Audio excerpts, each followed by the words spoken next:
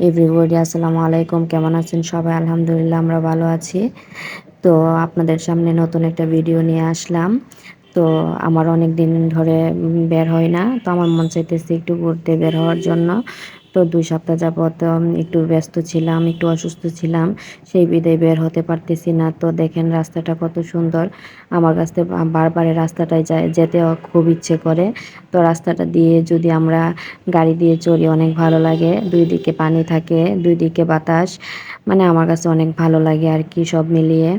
তো জীবনে খুশি থাকতে গেলে শুধু এমন একজন মানুষ সান্নিধ্যের প্রয়োজন, যে তোমার ইমোশনের দাম দেবে, যে তোমার অনুভূতির দাম দেবে, যে তোমার ভালো লাগা খারাপ লাগাগুলোকে প্রাধান্য দেবে।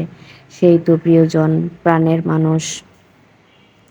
মাঝে মাঝে আমরা এমন ফিল হয় যে মাঝে মাঝে আমার এমন ফিল হয় যে আমার কিছুই ভালো লাগে না, দম আটকে আসে, কারোর সাথে কথা বলতে ইচ্ছে করে না, আমার ঘুম আসে না, আমার শান্তি লাগে না, কোনো কিছুতে বুক ভারী হয়ে আসে, কেমন যেন একটা হাঁসফাঁস লাগে, মনের মধ্যে সারাক্ষণ অস্থিরতা কাজ করে।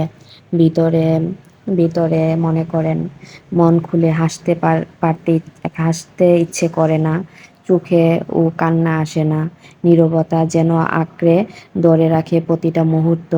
কি করতে ইচ্ছে করে, কি করতে ভালো লাগবে কিছু বুঝতে পারি না, মন উজাড় করে কাউকে বলতে পারি না, আমার ভীষণ মন খারাপ কাউকে বলতে পারি না, যে আমার একটু শান্তি প্রয়োজন, ভীষণ প্রয়োজন।